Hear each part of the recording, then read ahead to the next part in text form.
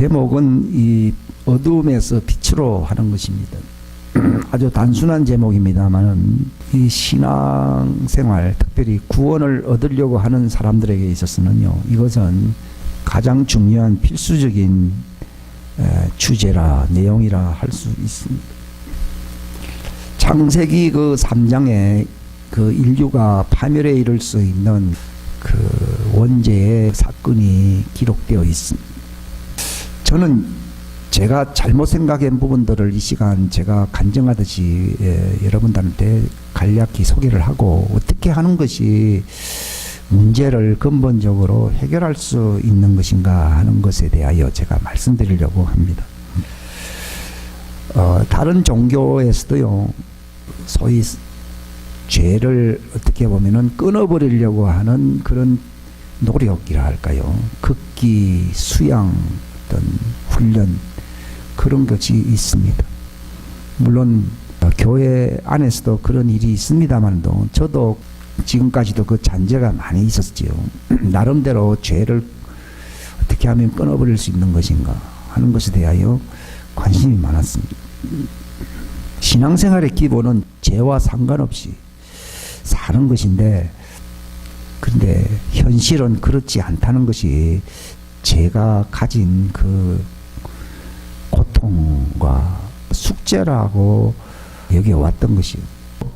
이 죄와 어떻게 하면 인연을 끊을 것인가에 대해서 나름대로 상당히 신음하듯이 고민을 과거에도 많이 했고, 최근에도 많이 했습니다만도, 근데 주님께서 가르치신 그 해결책을 제가 말씀드리려고 이 자리에 선 겁니다. 찾으라, 두드리라, 문을 두드리라 하니까 문제가 해결되듯이 어떻게 하면은 이런 문제들을 해결할 수 있을까 고민하는 것이, 당장은 해결책을 갖지 못했다 할지라도 나름대로 그것이 가치가 있는 일이라고 생각을 합니다. 그렇죠? 이 원죄라고 하는 것을요, 속수무책이라 하는 말이 있듯이요, 당할 수밖에 없는 어떤 속박, 개념으로 부모로부터 조상으로부터 물려받았다, 어떤 운명적인 어떤 절망을 원죄 개념으로 생각을 하는 경향이 있습니다. 근데 우리가 진리를 알게 되면은 그걸 해결할 수 없는 절망적인 어떤 상황이 아니고 이것은 반드시 해결해야 할 과제임을 우리가 알아야 될 줄로 믿습니다. 근데 성경에 보게 되면요, 죄를 끊으라는 말은 없습니다. 우리의 종교적인 습관, 관행이 있어서 그런 생각을 많이 하기 좋은데요, 성경상으로 보면요, 죄를 네가 끊으라, 네 힘으로 어떻게 해결하고 정리하고 끊으라 하는 말은 없습니다. 죄를 지적하고 죄에서 떠나라는 말은 있지만도요, 인간의 어떤 그 능력으로서 죄의 세력을 이길 수 있다, 또 문제를 해결할 수 있다고 하는 그런 간접적인 표현 같은 것이 성경에 없습니다. 근데 성경에 보게 되면요, 그 말은 없어도요, 그 죄를 근본적으로 해결할 수 있는 길은요, 죄에 대해서 네가 죽어야 된다고 얘기하고 있어요. 따라합시다. 죄 문제를 해결하는 길은 죄가 죽는 것이 아니고 내가 죽는 것이다. 예, 내가 죽는 것이다. 그러니까 사람들은 죄를 죽이려고 하는 경향이 있어요. 저도 그것 때문에 그 어떤 관행, 습관이 있어서 그렇게 했는데요, 죄는 죽지 않습니다. 원죄라고 하는 것은요, 하나님과 관계가 절연되었다, 끊어졌다 하는 것이 원죄입니다. 한번 끊어진 건 끊어진 거예요. 그것을 인간의 힘으로 되돌릴 수가 없습니다. 예수님은 그 근본적인 그 하나님과의 관계, 끊어진 문제를 완벽하게 해결 지으시려고 그분이 이 땅에 오신 겁니다. 그러니까 하나님은 그 죄에 대하여 반드시 심판을 하시는 분이시지, 죄를 묵인하시거나 죄를 그냥 사해 주시는 분이 아니고, 기독교는 죄를 사해 주는 종교인데 왜 그런 얘기 하느냐. 저도 과거에 그런 질문을 많이 했습니다만, 여러분 자세히 그 출애굽기 34장에 보게 되면요, 나는 죄를 사하지 않는다고 돼 있어요. 근데 왜 또 죄를 사한다는 말이 있느냐? 그게 모세에게 나는 악인들의 죄를 사지 않는다고 되어 있어요. 그렇죠. 성경에서 죄를 사해준다는 말은 회개할 때 죄를 사해준다는 것이지 악인들의 죄를 결코 하나님은 사해주지를 않습니다. 근데 제가 이 시간 말씀드리려고 하는 것은요, 어떻게 하면은 죄가 사해질 수 있느냐 하는 문제예요. 아주 그 초보적이고 근본적인 문제예요. 이것은 영생을 얻느냐 얻지 못하느냐 하는 운명적인 아주 중요한 과제라고도 말씀드릴 수 있습니다. 저는 이 회개라고 하는 개념을 하나님이 이제 알게 함으로써요, 내가 과거에 잘못 생각하고 많은 교인들이나 이 기독교의 어떤 전통이 잘못 생각했던 오해했던 부분들이 이게 심각한 지경에 이르렀구나 하는 것을 나팔절 이후로부터 주님께서 그렇게 이제 인도를 해 오셨어요. 그게 해결되지 아니하면 남에게 전도한다는 것이 참으로 무의미한 것이 될 수 있어요. 예수님 말씀대로 배나 더 지옥 자식을 만들 수 있다는 것이죠. 성경에는 이 회개가 얼마나 중요한가 하는 것에 대해서 말씀을 하고 있는데요. 우리는 회개라고 하는 개념을요, 죄를 내가 어떻게든지 반성함으로써 끊는다, 이런 생각을 무의식 중에 갖고 있어요. 우리가 내가 죄를 반성하고 끊어버리려고 하는 그걸 고행이라 부를 수도 있고 극기 또는 수양이라 이렇게 부를 수도 있는데, 그렇게 함으로써 하나님이 나를 좀 불쌍히 여기사 용서해 주지 않겠냐 하는 어떤 막연한 어떤 그 종교적인 생각을 하기가 굉장히 쉽습니다. 근데 많은 사람들은 회개라고 하는 개념을요, 이방 종교에서 행하는 그런 방식으로서 처리하려고 하는 그 경향이 있어요. 저도 과거의 생활이 그랬어요. 죄를 미워하고 죄를 끊어버린다는 것이 잘못되었냐? 그게 잘못되었다는 말이 아니라, 그렇게 노력을 하면은 죄가 사해질 수 있고 죄와 인연이 끊어질 수 있다고 나름대로 그렇게 긍정적으로 생각하는 경향이 있어요. 근데 성경은 그렇게 얘기하고 있지 않습니다. 이 복음의 핵심은요, 생명에 이르는 회개예요. 사도행전에 이 말은 기록이 안 돼 있는데요, 이방인들에게 생명에 이를 수 있는 회개가 이루어진다는 거예요. 그게 전도입니다. 그러니까 우리가 복음을 전한다고 하면서요, 회개라고 하는 주제가 그 사람들의 가슴 양심 속에 영향을 주지 않는다면요, 인을 찍듯이요, 그것은 전도의 핵심을 놓친 것입니다. 예수님 어떤 사람을 만났을 때요, 그가 회개해야 할 존재라고 하는 그 길로서 그들을 인도해 주신 것이에요. 우리 기독교의 이 전도와 잘못된 부분이 뭔가 하면요, 교회에 오면은 또 뭐 이렇게 나름대로 믿으면은 좋은 일이 일어납니다. 아주 이것은 제대로 말을 한 게 아니라 그 사람을 망치는 길입니다. 즉 회개할 수 있도록 해야 된다는 겁니다. 그러니까 누가 전도할 수 있는가? 저 사람 회개해야 되겠구나. 회개에 초점을 두고서 저 사람이 진정한 회개에 이를 수 있도록 인도해 주는 것이 전도라고 말씀드릴 수 있어요. 예수님이 바울에게 나타나셔서 하신 말씀이 사도행전 26장 그 17절에 여기 기록이 되어 있는데, 내가 너를 백성과 이방인들에게 건졌다. 너를 건져낸 것은 이제 그들에게 보낸다는 거예요. 그들에게 너를 보내는 이유는 그들의 눈을 열어주어서 그들이 어두움에서 빛으로, 눈이 열려야 된다. 즉 무슨 말인가, 회개한다는 말은요, 눈이 열리는 거예요.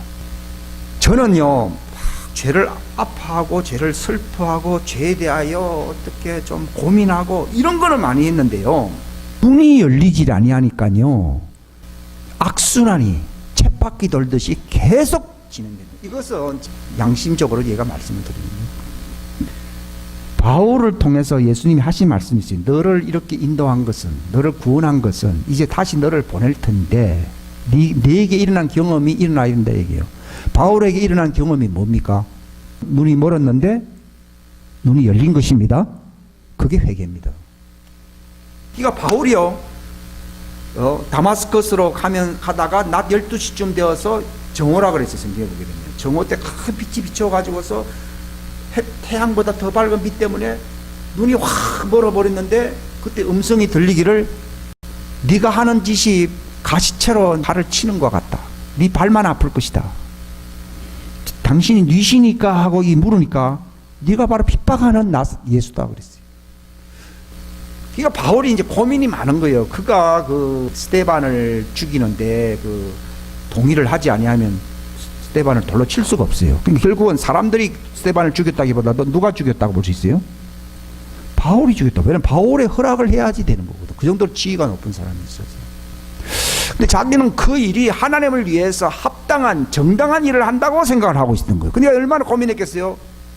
나사렛 예수님 십자가에 달리신 그분이 이거 이단으로 이걸 죽은 자를 왜 하나님이라고 믿느냐, 이 문제에 대해서 고민을 심각하게 한 거예요. 자기도 양심적으로 율법적으로 회개를 한 사람이거든요. 그러니까 착하게 살지요. 왜냐하면 율법의 의로는 흠이 없다고 돼 있잖아요. 양심적인 사람이었다 그 얘기거든요. 우리는 양심적으로는 나름대로 회개를 한다고요. 근데 바울이 양심적으로 회개한 사람의 어떤 대표적인 모범생이라고 볼 수 있어요. 근데 예수님이 나타나서 네가 나를 핍박하고 이제 네가 나를 정말 대적한다는 것이죠. 그러니까 뭐 그 말보다도요, 자기가 정당하다고 생각했던 일을 하고 있는데 예수님께서 정반대의 일을 하고 있다고 자기를 책망하는 걸 볼 때요, 자기는 나름대로 양심적으로 회개하고 양심적으로 살아서 내가 구원을 얻을 거라고 생각했는데 구원은커녕 막 눈이 멀어버리고 완전 저주받을 대상이라는 사실을 알게 된 거거든요. 그러니 고민을 많이 하게 된 거예요. 여기서 바울이 며칠 동안을 그걸 이제 깊이 생각을 했겠죠. 나름대로 회개를 많이 했겠죠. 근데 이제 아나니아 여집사를 통해서 바울에게 가라. 그 사람 좀 무서운 사람이다니까 내가 그를 만났다. 가거라. 만나서 하는 이 말이 뭔가 하면은 네가 길거리에서 만났던 주 예수님이 나를 보내어 네게 말을 한다. 놀래 자빠진 거죠. 이 예수님이 이게 하나님이라는 걸 알게 됐죠. 하는 말이요, 사오라, 형제 사오라. 왜 주저하느냐? 네가 주의 이름을 불러 침례를 받아 네 죄 사함을 받으라. 이래 된 거예요. 그 뻔한 얘기, 우리는 뻔한 말이라고 듣잖아요. 근데 바울이 딱 그 말을 듣고서 그렇게 했을 때 눈에 비늘이 벗겨지면서요, 완전히 그 성령으로 이제 충만하게 되면서 이제 예수님께서 자기에게 부탁한 사명을 감당하는 사람으로 바뀌었거든요. 그러니까 우리는 성경적으로 어떻게 바울이 변화가 되었고 그가 어떻게 그 사명을 감당할 수 있었느냐, 이걸 제가 다 말씀드리지 못하지만 그 과정들을 여러분이 이걸 꼭 깊이 인식을 해야 될 줄로 믿는데요. 제가 이 시간 말씀드리려고 하는 건 주님이 저에게 깨달음을 준 것은 뭔가 하면요, 바울이 나름대로 회개했잖아요. 우리도 그런 방식으로 회개를 했잖아요. 내가 이런 나쁜 짓을 했습니다. 나는 이렇고 난 이렇고 저렇고 이 생각. 근데 사울에게 나타난 그 여자 집사가 한 말이 뭐냐? 형제 사울아, 주의 이름을 불러라. 난 그런 걸 대단치 않게 그걸 들었거든요. 우리는 예수님을 믿는 사람들은 많고요, 예수가 그리스도라고 고백하는 사람들은 많은데요, 예수님 당신은 나의 인생의 나의 삶의 주인입니다라고 입에 발린 말로 하는 사람은 있어도요, 예수님은 나의 주인입니다라고 고백하면서 그렇게 순종하며 사는 사람들은 그렇게 많지 않습니다. 많지 않습니다. 그러니까 예수님이 바로 주가 되셔야 된다 이 말이에요. 성경 보게 되면 아이게 주여 주여, 우리가 이제 그렇게 하기 쉽거든요. 이게 종교적인 행위로서 그냥 주여 주여 하기 쉽거든요. 그게 아니에요. 내가 직원으로 이 회사에 살아남는 길은요, 시키는 대로 해야 되는 거예요. 시킨 대로 안 하면 잘립니다. 영생 얻는 길이 그것입니다. 주인이 시킨 대로 해야 되는 거예요. 근데 사울은 자기 의의를 드러낸 거예요. 우리도 신앙생활을 하면서요, 나름대로 뭐 주여 주여 뭐 예수님은 하나님의 아들이고 뭐 얘기 다 하지 않아요? 그게 아니라 예수님이 내 상전 내 주인으로서 내가 그분께 정말 순종하면서 살아가느냐? 그건 아니에요. 그럼 자기 의의가, 바울은 자기 의의가 있는 사람이었지 하나님의 의의가 있는 사람이 아니었거든요. 우리가 왜 회개해야 되는가 하면은 사람들은 내가 참 나쁜 사람입니다. 나는 의롭지 못합니다. 그래서 나는 의롭게 살려고 합니다. 그것 때문에 회개한다 그러면 그거는 생명 얻는 회개가 아니에요. 구원받을 수 있는 회개가 아니에요. 생명 얻는 회개, 구원받는 회개는 내가 착한 사람, 내가 정말 죄를 어떻게 절제하든지 해서 양심적으로 열심히 함으로써 의인이 되겠다고 힘쓰는 것이 구원 얻는, 영생 얻는 길이 아니라요. 하나님의 의가 내게 있어야 됩니다. 하나님의 의는요, 내가 하고 싶은 일도 많지만 그걸 안 하고 하나님 주인 시킨 대로 하면은 누구의 의가 나타나는 거예요? 그게 하나님의 의가 나타나는 거예요. 우리는 하나님의 의를 복잡하게 생각하는 경향이 있어요. 근데 사울은 그렇지 않았어요. 그러니까 형제 사울아, 네가 길거리에서 만났던 그 예수님이 너를 보내시는데 그분을 주라고 불러라는 거예요. 주라고 부른다고 하면은 너는 침례를 받으라는 겁니다. 침례라고 하는 것을요, 사람들은 내가 어떻게 보면 내가 나쁜 사람을 죽이고 자꾸 자기가 나쁜 사람을 자기가 죽이고 그래서 내가 착한 사람으로 내가 살아야지, 이게 침례가 아니고요, 주인을 바꾸는 거예요.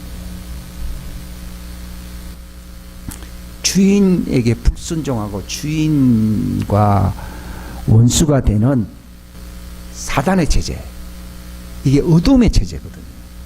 네가 나쁜 짓을 했기 때문에 어둠이, 그건 어둠의 열매고, 어둠이라고 하는 것은 네가 사단을 상전으로 하나님께 불순종하면서 사단에게 속하여 사는 것이 어둠이라고 합니다.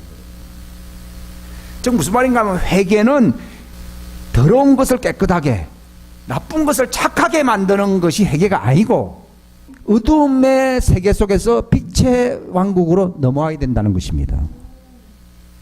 그러면 어둠의 왕국에서 어떻게 빛의 왕국으로 넘어오느냐? 네가 네 주인이 바로 사단이었다는 거예요. 착하게 살아도 주인이 누구라고요? 사단이에요. 자기 의를 위해서 착하게 사는 사람은 나름대로 회개를 나름대로 자기는 했겠죠. 했어도 어느 왕국에 있는 거라고요? 사단의 왕국, 어둠, 여기 다 있잖아요. 어둠에서 빛으로 사단의 왕국에서 이렇게 있는 거예요. 그러니까 회개하는 이유는요, 사람들이 그러잖아요. 난 나쁜 사람이 착한 사람 됩니다. 또 뭐래요? 더러운데요, 나는 깨끗해지고 싶습니다. 그게 아니에요. 눈이 열려야 되는 것입니다. 나의 바로 상전이 하나님이 아니었다는 것을 아는 거예요. 나는 나름대로 나를 위해서 살아왔지, 또 누구 이웃을, 누구 형제를 위해서, 누가 사람을 위해서, 내 친척을 위해서 살아왔지, 내가 상전된 하나님을 위해서 내가 살아온 것이 아니구나 하는 것을 알게 될 때에 나의 상전은 하나님이 아니고 사단이고 마귀고 어둠이었다는 것을 알게 될 때에 그게 회개가 일어난다 이 말이에요. 그게 눈이 열리는 거예요. 근데 우리는 어떻게 생각해요? 나쁜 것을 착하게, 더러운 것을 깨끗하게 하는 것을 회개의 핵심으로 생각하는, 그거 잘못된 거예요. 주님이 아직도 그 잔재가 남아있는 것을 꺾어버린 거죠. 그러니까 이것은 뭔가 하면 회개했다 그러면서요, 눈물도 흘릴 수 있죠. 눈물을 흘린다고 해도요, 그게 얼마든지 사단 속에 있어요. 내 혈육이 주인이었구나, 내 집안 사람들 위해서 내가 살아왔구나, 내가 주인이었구나, 이게 바로 마귀의 왕국 아래 있다는 것입니다. 그게 어둠이에요. 근데 바울은 나름대로 얼마나 착합니까? 얼마나 나름대로 의롭습니까? 깨끗합니까? 근데 그게 어둠에 있다는 것을 알려주려고 주님이 빛을 확 비춰버리고 눈이 멀어가지고 완전히 자기가 넘어져 버린 거예요. 즉 자기는 빛 가운데 있었던 것이 아니고 어둠에 있었던 거예요. 자기는 착하게 살았잖아요. 양심적으로 살았지 않습니까? 깨끗하게 살았잖아요. 의롭게 살았잖아요. 그러면 그것이 생명이고, 본래 빛이란 말은 생명이라는 뜻이거든요. 생명의 빛. 그 빛 안에 생명이 있었으니 그 생명은 사람들의 빛이다 이러지요. 그러니까 기독교는요, 착하고 깨끗하다 이것이 핵심이 아니고요, 빛이냐 어둠이냐 이게 중요한 거예요.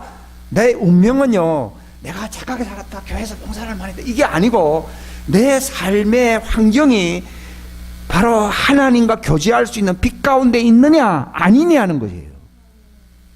그러니까 바울은 나름대로 자기가 하나님을 잘 안다고 생각했는데 예수님이 나타나니까 자기가 생각했던 하나님은 하나님이 아니고 마귀였다는 것을 알게 된 겁니다. 그러니까 마귀는요, 착하게 살게 함으로써요, 그 사람에게 하나님처럼 보이게 해야 하기 때문에 세상에 그런 종교가 많아요. 그러니까 바울이 내가 생각했던 하나님이 누구라고요? 마귀였구나. 거기서 혁명적인 어떤 획기적인 어떤 변화가 일어나는 거예요. 그것 때문에 막 자기 인생관이 확 바뀐 정도가 아니라 고민했다기보다도 뭔가를 봤는데 이게 이럴 수가 있느냐 하면서 이렇게 있었던 거예요. 이게 정리가 됐을 때 나타난 거거든요. 그 형제 사오라. 이제 주가 네가 생각했던 주는 누구였어요? 마귀였고 너에게 나타났던 그 예수님이 너의 진짜 생명을 주는 빛의 주인이다. 그러니까 마귀 이름 부르지 말고 너는 주여 주여 한 것이 마귀다 이 말이에요. 이야, 여러분 교회 그래 오래됐는데 네가 당신이 주여 주여 했던 그 주는 마귀였다 그러면 얼마나 뒤집어지겠어요. 그 문제예요. 요한복음 8장에 보게 되면요, 예수님이요 자기를 믿는데요.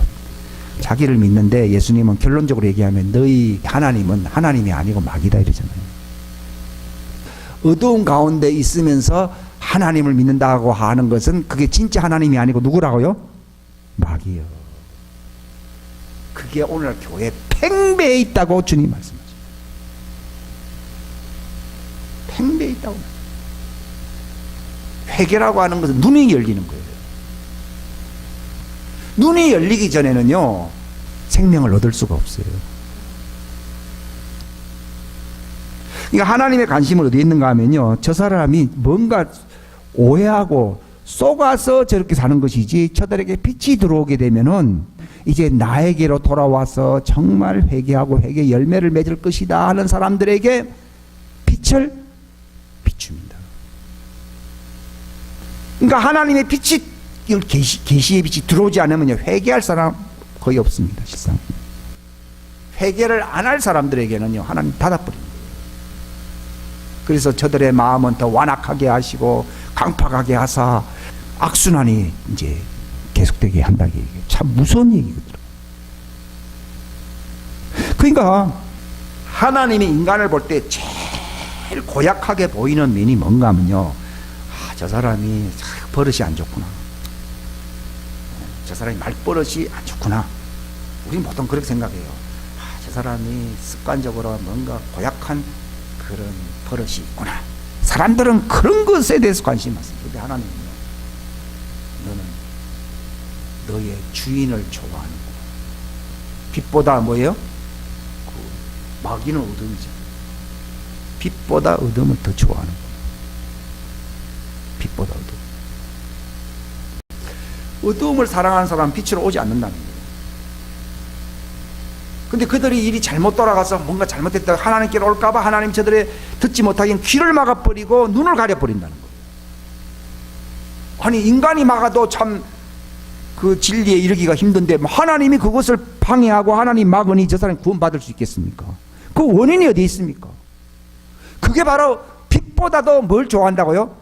어둠을 좋아한다. 그러니까 고민하고 괴로워하는 것은요 어둠에 대한 갈등이 있다는 거예요. 사단 안에서 안주하는 어둠의 체제에 안주하려고 하는 사람을 하나님이 제일 싫어하는 거예요. 회개라고 하는 것은 빛으로 나아가려고 하는 일련의 모든 그 인생, 삶의 어떤 연속적인 행위에 있던 시리즈라고 말씀을 드릴 수 있어요. 단순히 한 가지 내가 고민한다 이 정도가 아니에요. 막 갈등과 고민과 그 고통 속에서요. 산더식이라는 사람이요, 자기는 그 힌두교의 어떤 그 전통적인 집안에서 자라났는데요, 정말 거기도 윤리적인 종교라고 자기는 생각했는데 고민이 갈등이 굉장히 많았거든요. 그래서 막 저들이 성경책을 나에게 주는데 저들이 주는 성경의 하나님이 진짜 하나님입니까? 아니면은 이 성경을 다 불태운다고, 성경도 불태우고 했던 사람이 있는데 그가 하나님 만난 사람이거든요. 본래 성경에는 차든지 덥든지 하라는 얘기가 있는데 이 결단을 내린 사람이었거든요. 물론 사람들은 그렇게까지 그 극한 상황이라고 해서 사람이 겁을 먹고 그런 일을 안 하는 사람들이 대부분이죠. 어떤 목사님이 그러더라고요. 여러분 제 말이 틀렸으면 교회당 불 지르십시오. 그렇게까지도 얘기하더라고요. 그 말은 뜨뜻미지근하게 그냥 그렇게도 망하는 건데 그렇게 하나님 못 만나고 그렇게 지옥 가지 말고 그래 양당 간의 결정을 분명히 내리라는 얘기죠. 그 얘기예요. 회개라고 하는 것은 주인을 바꾸는 거예요. 그게 구원이고 영생이에요. 십자가의 그 죽으심의 희생은요, 우리가 합법적으로 주인을 바꿀 수 있는 그 권리를 주는 것이 예수님의 십자가의 구속입니다. 주인을 바꾸는 거죠. 그러니까 예수님은 그 일을 위해서 십자가에 죽으셨고요. 그의 혼이 정말 지옥 불꽃에서 그냥 번제와 같이 저주를 받으셨습니다. 저기 히브리서 2장 14절 보면요. 그런즉 자녀들은 살과 피에 참여한 자들이므로 그분도 마찬가지로 같은 것의 일부를 취하셨으니, 이것은 일부라는 말은 살을 취했다 이 말이에요. 피는 하나님의 피죠. 이것은 그분께서 뭘 통해서요? 예? 죽음을 통해요. 어떤 사람은 그래요. 예수님이 살아나셨기 때문에 마귀의 권세가 깨졌다. 그것은 결과물에 해당하는 것이지. 바로 합법적으로 마귀가 인간 세상 속에서 주권을 가질 수 있는 능력이 인간의 죄 위에 있었거든요. 예, 죄 때문에 그 권리를 갖고 있는데 예수님이 바로 그 죄값을 십자가상과 그 지옥에서 번제로 자기를 혼을 내어줌으로 말미암아 합법적으로 주인을 바꿀 수 있는 권리를 준 거예요. 그게 마귀에게 치명타, 머리를 상하게. 저는 여인의 씨가 사단의 머리를 상하게 한다는 말을 구체적으로 바로 여기 2장 14절에 있어요. 이것은 그분의 죽음이 마귀를 심판한 거예요. 그러니까 예수님의 대속이라는 것은 값을 지불한 거예요. 힘으로써 마귀를 이겼다는 내용이 아닙니다. 왜냐하면 인간은 죄를 지었기 때문에 마귀에게 빚이 있어요. 빚이 있기 때문에 힘으로써 인간을 해방시킬 수가 없어요. 그래서 그 빚을 탕감해주는, 빚을 완전히 100만 원 빚을 진 사람에게 백지수표를 끊어준 것 같아요. 마귀에게 종로로 단다. 마귀가 종로로 단다는 마귀가 주인이다는 얘기예요. 마귀가 주인인 그 상황에서 예수님이 그 값을 지불했기 때문에 내 주인을 바꾸겠다 하는 것이 그게 회개라 이 말이에요. 회개가 뭐라고요? 주인을 바꾸는 거예요. 창조주 하나님이 인간 안에서 그 빚을 탕감받으려고 죽임을 당했다고 하는 것은요, 마귀가 바로 자기 수하에 있는 인간들을 그분이 다 빼서 마귀의 왕국이 파산될 수 있는 길이 열린 거예요. 근데 오늘날 교회가 그걸 몰라요. 근데 그 눈을 뜨면요, 왜 마귀의 수하에서 나오지 않는가? 당신은 마귀, 뭐 종교고 뭐 착한 사람이 해도요, 당신은 어두운 가운데 지옥의 운명을 같이 해야 할 마귀의 종이다 이 말이에요. 그러니까 그 값을 예수님이 백지수표를 지불하듯이 그분이 지불했기 때문에 그게 합법적으로 마귀의 배제에서부터 나올 수 있는 거예요. 그래서 오늘 복음 전한다는 것은 그것이 나오게 하는 게 복음이에요. 우리 교회 오라는 얘기도 아니고 뭐 나하고 같이 친구가 되자는 얘기가 아니에요. 사단의 왕국, 어둠의 왕국에서요, 빛의 왕국으로 예수님이 주인되는 체제를 넘겨올 수 있다 얘기예요. 그것을 네가 인정하고 회개하게 되면 그 일이 이루어진다는 거예요. 그게 핵심입니다. 그게 영생 얻는 전도의 핵심이 거기에 있습니다. 그것이 그 사람에게 찔려가지고 내가 그랬군요. 이거 봐죠. 예수님이 나타나서 빛이 탁 들어오는 순간에요, 자기가 믿었던 하나님이 마귀였고 자기가 믿었던 주님은 사단이었다는 거예요. 인간들이 언제 회개하는가 하면요, 뭔가 잘못 돌아갔다는 걸 인지할 때 회개하죠. 내가 잘하고 있는데 왜 회개해요? 그렇잖아요. 바울이 뭐 율법으로 흠이 없는 사람이라고 했는데 회개할 게 뭐가 있겠어요? 근데 왜 바울이 회개합니까? 착하고 깨끗하다는 것이 아니라요, 내가 생각했던 그 하나님이 마귀였고 내가 그렇게 의지했던 주가 바로 사단이었다는 것을 알았다 이 말이에요. 그러니까 주인을 바꾼다 얘기예요. 그게 네가 진짜 내게 나타났던 그 예수님이 네 주니까 그 예수님, 그 주의 이름을 네가 불러서 침례를 받으라는 거예요. 침례라는 것은 그분과 완전히 연합하는 것이거든요. 그럼 네가 죄사함을 받아 영생에 이른다는 거예요. 이걸요, 저는 제 어떤 신학 상식으로 설명을 하고 싶지 않아요. 성경에 나와 있거든요. 사도행전 26장 18절에 보면요, 눈을 열어줘요. 그러니까 우리가 말 한마디 하는 것이요, 회개케 함으로써 빛이 들어오게끔 하는 고일이 일어나야 회개입니다. 전도입니다. 전도. 말 한마디가요, 뭔가 갈등이 일어나서 뭔가 내가 잘못 살았군요, 내가 그게 아니군요 함으로써 회개케 할 수 있는 그 메시지가 일어날 때 하나님이 그때 그 사람을 구원하려고 빛이 들어오는 거예요.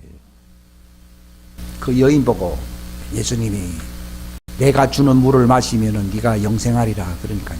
그 물을 내게 달라 그러니까 네 남편을 불러오랐다 그러죠. 핵심은 거기에 있는 거예요. 안 주는 게 아니라 그 여자가 못 받아요. 그러니까 회개케 하려고 그 말하는 겁니다. 숨기지 아니하고 제가 과거에 5이 있었지만 지금 있는 사람이 있다고. 그러니까 그 지금 있는 사람은 네 남편이 아니다. 거기서 그가 울고 눈물을 흘렸다는 얘기가 없어요. 우리는 자꾸 회개한다 그러면 울고 그게 아니에요. 내가 뭔가 바로 빛 가운데서 제대로 살아왔지 않았구나. 내가 뭐 나쁜 짓 한 거는 많이 있겠죠. 그게 아니라 내가 지금 뭔가 잘못 살았구나. 그렇게 그 어둠의 권리 속에서 그렇게 살 수밖에 없었는데 그 말을 딱 들어보니까요. 내가 그렇게 살 필요가 없이 이거를 빨리 이걸 내가 벗어나서 내가 바로 그분의 빛 가운데서 내가 살아야 되겠구나 하는 그 마음이 그 속에 일어나. 그 구체적인 상황은 없는데 그 물동이를 던져버리고 동네로 가서 내가 메시아를 만나. 그가 바로 그 말을 딱 들었을 때 회개하니까 예수님을 인지했습니다. 좀 무슨 말인가 하면요. 이게 꼭 눈물을 흘린다니. 저는 눈물을 흘릴 사람도 있겠죠. 그거는 사람마다 다릅니다. 근데 자기가 어둠에서 뭐가 비친 거예요? 빛이 들어온 거예요. 빛이 들어오니까 이 여자가 물동이 이게 중요한 게 아니라 확 집어 던져버리고 동네에 가서 뭐라고 얘기했어요? 내가 메시아를 만났다. 성경에는 무조건 나를 믿는 사람은 영생을 얻는다 그랬습니까? 나를 보고 믿는 사람이 영생을 얻는다고 그랬습니까? 근데 본다는 말이 무슨 말이에요? 빛이요, 빛. 지금 대부분 많은 사람들이 믿는다 하면서 왜 구원을 못 받습니까? 빛입니까? 어둠입니까? 어둠. 어둠 속에서 주유할 때 그 주는 마귀예요. 왜냐하면 사단도 광명의 천사로 나타나거든요. 오늘 교회 안에 많습니다. 그러니까 자기를 믿는 유대인들에게 이르시되 너희가 내 말들 속에서 살아야 되는데 너희는 너희 생각 속에서 살아가고 있다는 얘기예요. 그러니까 죄를 짓는 거예요. 따라합시다. 어둠의 속에 살면 죄는 그림자처럼 따라온다. 그러니까 아무리 죄를 끊어야 본체는요, 그 죄가 아니라 어둠입니다. 어둠을 해결하는 것이 구원이에요. 회개는 어둠을 해결하는 것이 회개지.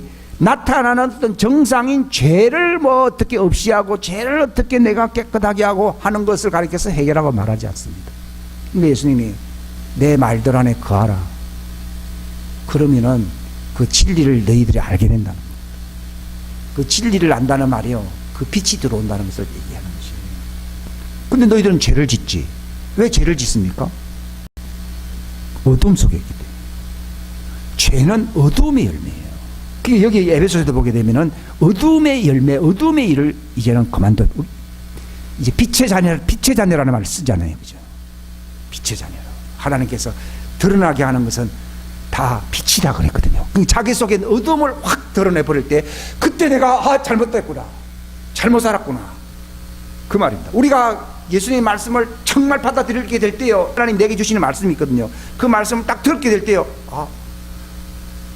이 사람이 나의 삶을 시비를 걸려고 저 말하는구나. 대부분 사람이 그렇게 생각하는 사람에게는 하나님 회개할 기회를 안 줍니다. 이건 또 어둠을 또 은폐시키는 겁니다. 내가 어두운 가운데 있었구나. 이 회개라고 하는 말은 내가 지금 어두운 가운데 살았구나, 이 말입니다. 하는 순간에 빛이 더 강하게 들어와요.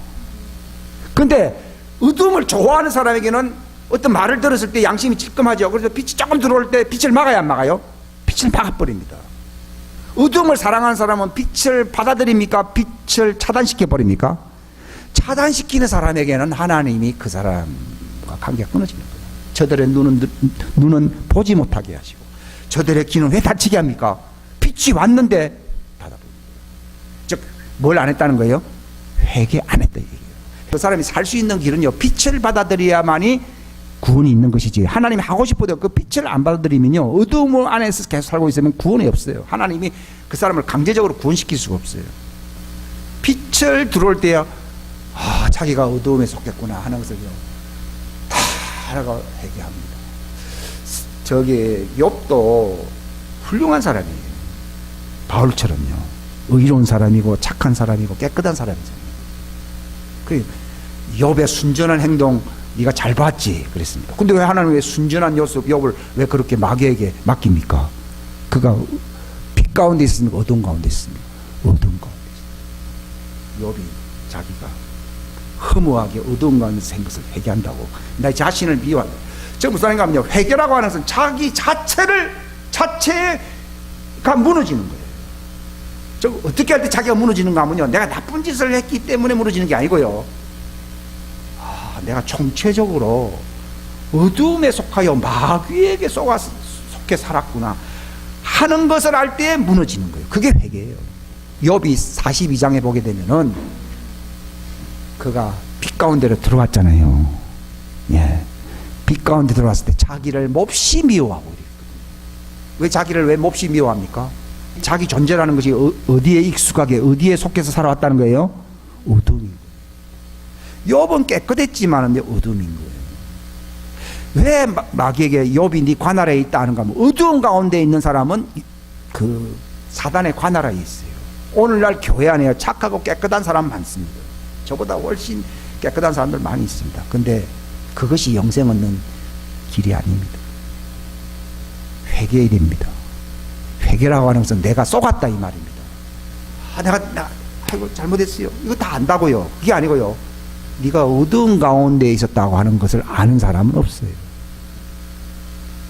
주님이 제게 가르친 게 그거예요. 딴 얘기 하지 말고 그것에 핵심을 둔 거예요. 그 제목을 눈을 열어서 어두움에서 빛으로. 요것을 하게 하는 것이 전도고 설교고 메시지. 그래 그 사람을 살리는 거예요. 거기에 대해 핵심을 둬야 돼요. 착한 사람 많습니다. 근데 어두움이라고 하는 것은 행위라기보다도요, 바로 내 자체입니다. 이게 내가 바로 어두움의 아들이었구나 이겁니다. 어떤 사람이 선교를 하는데요, 하나님이 그렇게 말을 했대요. 그래서 이렇게 말했대요. 당신은 총명한 자입니다. 소망이 있는 자입니다. 하나님은 당신의 영광스러운 뭐 하여튼 긍정적인 얘기를 했대요. 근데 다른 사람이 웃었대요. 왜냐하면 마약을 하는 사람이었거든요. 찌들린 사람이었거든요. 근데 왜 하나님이 그 사람이 그런 말을 하겠습니까? 그 짓거리를 보아서는 자격이 없는 것이지만 이 사람이 뭘 좋아한다고요? 빛을 사랑한다 얘기해요. 그 사람이 왜 그 집회에 옵니까? 괴로워서 온 거예요. 온 게 마약 조금 끊어볼까 이게 아니라 그 사람이 마약을 왜 먹습니까? 괴로우니까. 이거 왜 괴롭습니까? 어두움을 싫어하니까 괴로운 거라. 그 성경에는 옷을 찢지 말고 내 마음을 찢으라는 말이요. 그게 어두운 마귀와 한통속이 된다는 것이 얼마나 고통이에요. 그 바울에게 예수님이 한 말이 뭡니까? 야, 네가 착하게 살았지. 아이고 좀 안타깝다 야. 그래서 나를 좀 알아야지. 이렇게 말을 한 게 아니라 맨발로 가시를 차는 게 네게 고생이다 야. 이게 저는 옛날에 그 해석이 안 됐어요.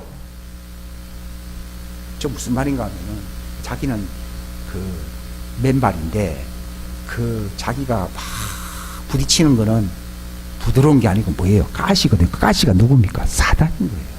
네가 마치 그게 하나님인 양 마냥 자꾸 그러는데 네가 안고 있는 그 대상은 가시가 있는 마귀다. 그러니까 너는 그것 때문에 마음이 고통스럽다 이 말이에요.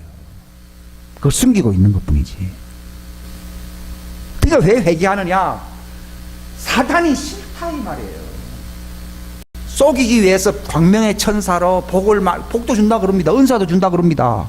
실제로 부자들 보십시오. 마귀의 도움 받은 부자들 많아요. 혼을 팔아버린 사람들에게는 마귀가 좋은 걸 줍니다. 사단은요, 회개해서 자기 주인을 버리고 예수님께로 갈까봐 좋게 해주는 거예요. 근데 우리는 어느 정도의 감각이 있어야 되느냐? 뭐 기술은 없을 수도 있고 공부도 잘 못할 수도 있고 내가 뭐 이 땅에서 꼭 바보 같은 짓을 할 수는 있어요. 그러나 어떤 감각만 있어야 되느냐? 이게 마귀구나, 이거 가시 같은 마귀구나, 이거는 나는 싫어, 이건 아니야, 이건 아니야 라고 해야 되는 거예요. 그게 회개라는 거예요. 우리는 뭐 환경이 안 좋으니까 회개하고 내가 못났으니까 회개하고 내가 좀 나쁜 버릇이 있으니까 회개하고 그런 게 아니고요. 회개의 본질은요, 자기를 속이고 이렇게 얽매이는 존재가요, 나를 잘해주는 것처럼 보이지만 나는 이게 싫다는 거예요. 그게 마귀라고 하는 걸 실체를 몰랐다는 거 보지. 나는 이게 싫고 이것에서 벗어나고 싶다는 거예요. 그게 생명 없는 회개예요. 그러니까 마약에 찌든 사람인데 자기에게 하나님이 말씀하셨다는 것을 이 사람이 자기가 알고 회개하는 순간에 누구를 만났다고요? 하나님을, 빛을 확, 하나님 안에서 확 그 생명을 보게 됩니다. 그러니까 회개한다는 말은요, 이제 이 주인이 싫다예요. 내가 이렇게 살아왔던 어떤 천생연분과 같은 나의 이 속박의 굴레, 이게 조상 때부터 내려왔던 어떤 체제가 있는데 나는 이게 싫다는 거예요. 내 양심으로나 내 영으로 볼 때 이게 싫고 뭔가 고통스러워서 나를 살려주십시오 라고 그 양심과 그 마음의 고통 속에서 가슴을 찢고 뭔가 부르짖을 때요, 하나님이 그에게 나타나는 거예요. 그게 안주하지 않습니다. 근데 많은 사람들이 안주합니다. 이것도 제가 이런 설교를 내가 한 적이 없어요. 어떤 부분적으로는 내가 그런 걸 느끼고 단편적으로는 소개한 적이 있어도요, 내가 이렇게 내 스타일이 아닌 방식으로 이렇게 소개한 적은 없어요. 근데 너무 좋은 거 있죠. 그러니까 예수님은요, 마귀를 멸했다는 말이 뭔가 하면요, 마귀가 이제 왕이 아니다 얘기예요. 마귀의 왕권을 때려부셨다. 마귀가 어떻게 왕이 됩니까? 인간 위에 군림하는 것이, 합법적으로 군림한 것이 마귀가 권세 얻는 마귀의 영광, 마귀가 왕이 되는 거예요. 근데 예수님은 그 체제 속에서 벗어나게 해주시려고 예수님이 육체로 와서 십자가 당에서 돌아가셨고 그분의 혼이 고통을 당하셨다는 알게 될 때요, 나는 이제 싫습니다 이렇게 하고, 이것을 내가 벗어나서 예수님의 말씀을 듣고서 예수님에게 가야 되는 거예요. 예수님에게로 가야 되는 거예요. 근데 그게 안 좋아하는 사람은 그 말 듣고도 안 간다 이 말이죠. 빛의 자녀, 낮의 자녀가 되는 게 어려운 게 아닌데, 정말 그 빛을 얼마만큼 우리가 좋아하고 사랑하느냐. 어떤 날 때부터 속용된 사람을 이 요한복음 9장에서, 요한복음 9장이 굉장히 긴장인데 전체가 한 사건을 얘기를 하고 있어요. 다른 공간복음서에는 없는데 날 때부터 속용된 자를 고쳐준 거예요. 실로암 모기가 씻으라. 그러니까 눈을 뜨게 보게 된 거예요. 근데 그 눈을 뜨게 한 사람이 누군지는 몰랐어요. 근데 예수님이 그 사람을 만나서 말을 하기를, 네가 나를 믿겠는가 하니까요, 믿나이다. 바로 그분을 믿을 수 있는 눈이 열려버린 거예요. 성경이요, 어떤 장면마다 다양하게 표현되고 있는데 예수님의 모든 말씀은요, 어두움에서 벗어나 그 빛의 세계로 들어오게 하는 그 역할을 하신 것이 예수님의 전도라고 하는 사실이에요. 근데 우리가 어두움 속에 있는 사람은요, 절대로 전도를 할 수가 없고요, 자기보다 더 나쁜 사람으로 만드는 일에 쓰임 받을 수밖에 없어요. 그렇기 때문에 우리가 어떻게 하나님의 일을 합니까? 그러니까요, 하나님의 보내신 그 자를 네가 눈으로 보고 믿어야 된다는 거예요. 즉 빛의 세계 속에서 그분을 볼 수 있어야 되고, 빛 가운데서 그분이 나의 주인이시다는 것을 알고 그 빛의 세계 속에서 네가 살아가는 것이 네가 하나님의 일이라는 겁니다. 그게 요한복음 6장 얘기입니다. 그러니까 너희는 세상의 빛이라는 얘기가, 회개한 사람들, 정말 회개한 사람은 빛의 영역으로 주님의 동력자로서 주님의 그 종으로서 그렇게 살아가는 그 열매를 자연스럽게 맺을 수밖에 없어요. 그전에는 내가 죄를 해결하리라, 내가 죄를 끊으리라면요, 죄가 힘이 없어지는 게 아니라 죄가 더 힘이 세진다는 것을 내가 너무너무 알았어요. 그러니까 엄두를 못 냈습니다. 근데 이 주인을 바꾼다는 말이 뭔지를 알게 되면서부터는요, 어떤 말이 나온가 하면 예수님처럼요, 이 세상 임금이 오나 그는 나와 상관이 없다. 우리도 예수님 십자가 그 진리를 알게 되면은 사단이 이렇게 올 수 있겠죠. 오더라도 그와 나는 상관이 없는 거예요. 없어져 버려요. 저 무슨 말인가 하면 어둠과 상관이 없어지는 거예요. 그때부터 죄가 진멸되는 겁니다. 그전에는 죄가 절대로 진멸 안 됩니다. 어두움이 해결되고 빛의 영역 속에 들어오게 되면요, 그게 바로 즐거움이요, 기쁨이요, 영광이요, 그게 들어오게 되면요, 주님을 사랑할 수밖에 없어요. 진리에 순종한다는 말은요, 그게 무슨 말인가 하면은 어두움을 떠나서 완전히 빛의 세계 속에서 예수님을 주인으로 모시며 즐겁게 주님을 사랑하고 좋아해서 따라가는 걸 가리켜서 진리에 순종한다는 거예요. 그래서 베드로서에 보게 되면 진리에 순종함으로 네 혼이 깨끗해진다는 거예요. 즉 빛의 세계 속에 탁 들어오는 게 이게 회개의 결과거든요. 들어오게 되면요, 내 존재의 변화가 일어납니다. 그전에는요, 어떤 습관을 고치기 위해서 또는 그 불치의 병을 고치기 위해서 남에게 말 못할 그런 문제를 어떻게 하면은 이것을 어떻게 해결을 볼 것인가, 남한테 얘기해봐야 뭐 그렇고 남도 해결해 주지도 않을 거고 말이에요. 자기만 속상하고 부끄러우니까 얘기도 안 하잖아요. 근데 주인을 바꾸니까 얘기해요. 그러니 무슨 말인가 하면 주인을 바꾼다는 말이요, 옛사람이 죽는다는 걸 얘기하는 거예요. 우리는 옛사람이 죽는다는 말을요, 저만큼 고민해 본 적이 없을 거예요. 주님, 설교는 많이 합니다만 아주 구체적으로 옛사람이 죽는다. 그러면서도 왜 저는 여전히 습관은 있고 여전히 어떤 고통 속에서 이렇게 굴레 매여서 살아가게 됩니까? 그 때문에 아주 뭐 수십 년 동안 또 말을 해봐야 하나님 들어주실까? 나는 본래 그런 사람이지. 이런 생각도 많이 했어요. 근데 주인을 바꾸는 것이 회개예요. 즉 어둠 속에서 살았던 그 체제가 죽었다는 걸 가리켜서 옛사람을 장례지었다 이 얘기입니다. 새 사람으로 또 뭡니까? 생명의 새로움 안에서 걷는다는 말이 그게 무슨 말인가 하면요, 바로 내가 이제 회개하여 이제는 빛 가운데서 주님을 사랑하고 주님을 따라간다. 주님을 따라가는 걸 가리켜서 내가 생명의 새로움 속에서 산다, 또는 새 사람으로 산다 하는 뜻입니다. 아주 구체적으로. 그러면 그 세계 속에 들어오면 어떻게 됩니까? 마귀가 끊어져 버립니다. 마귀가 끊어집니다.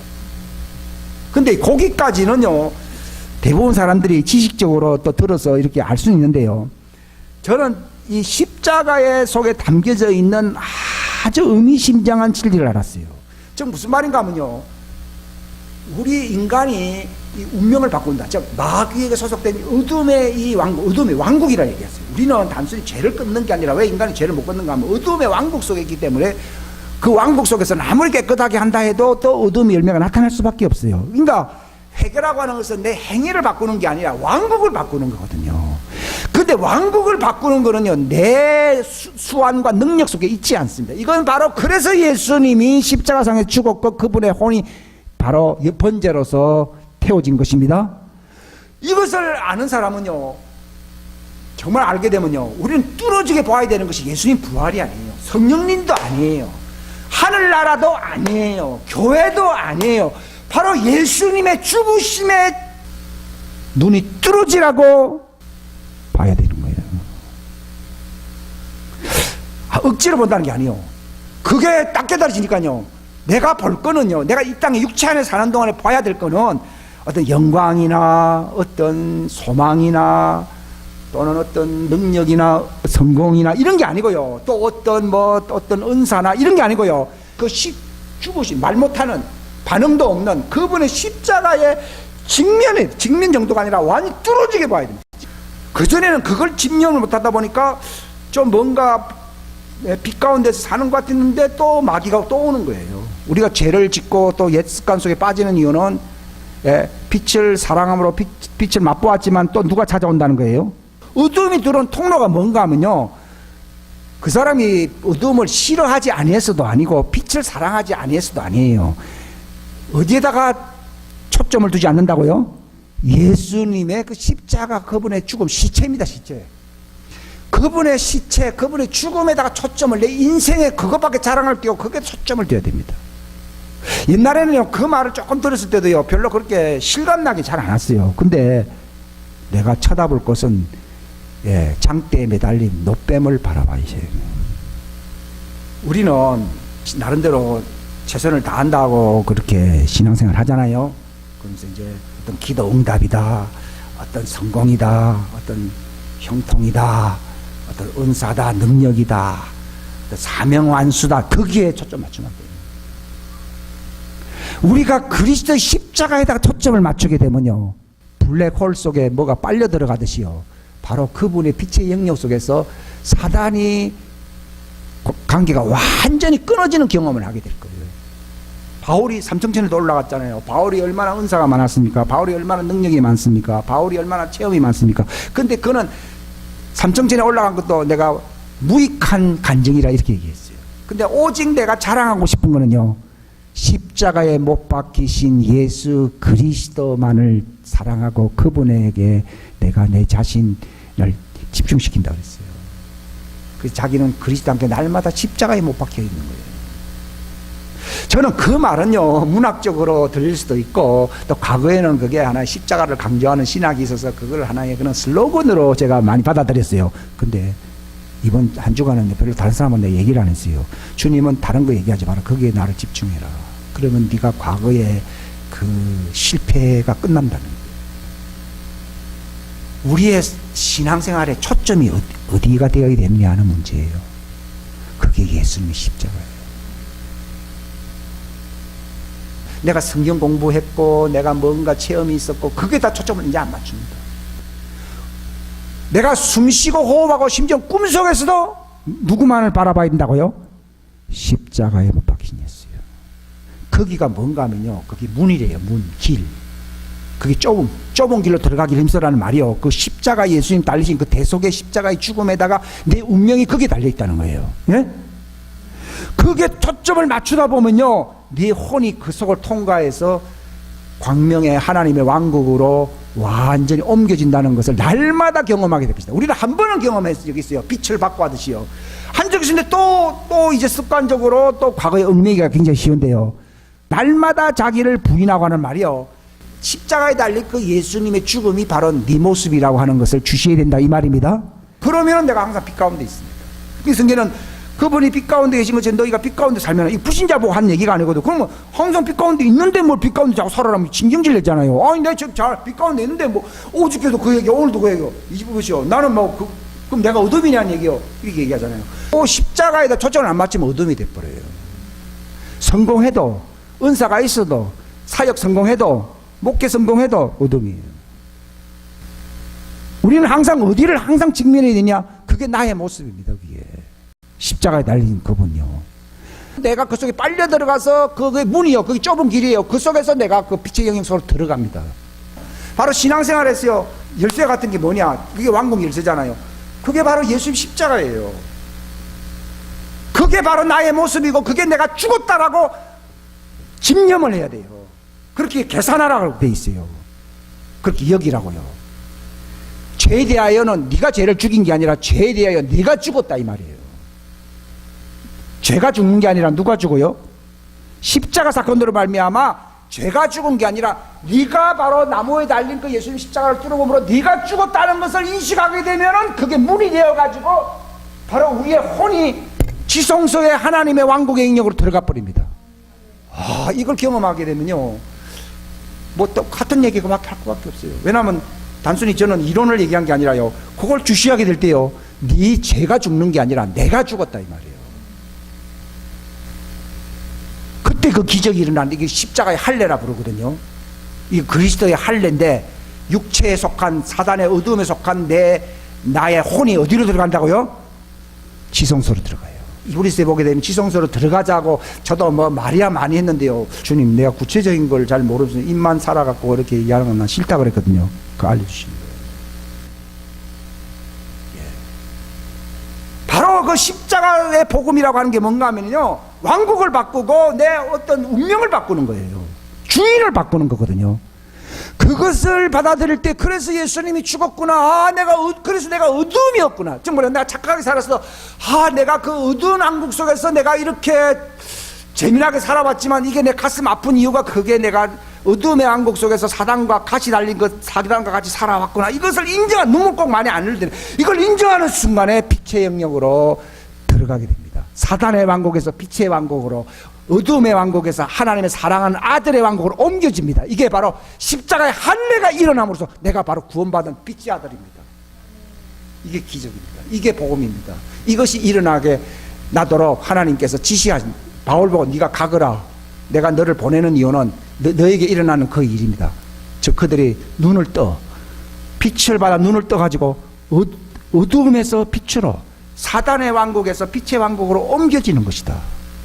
그렇게 될 때에 하나님의 믿음이 들어온다는 것입니다.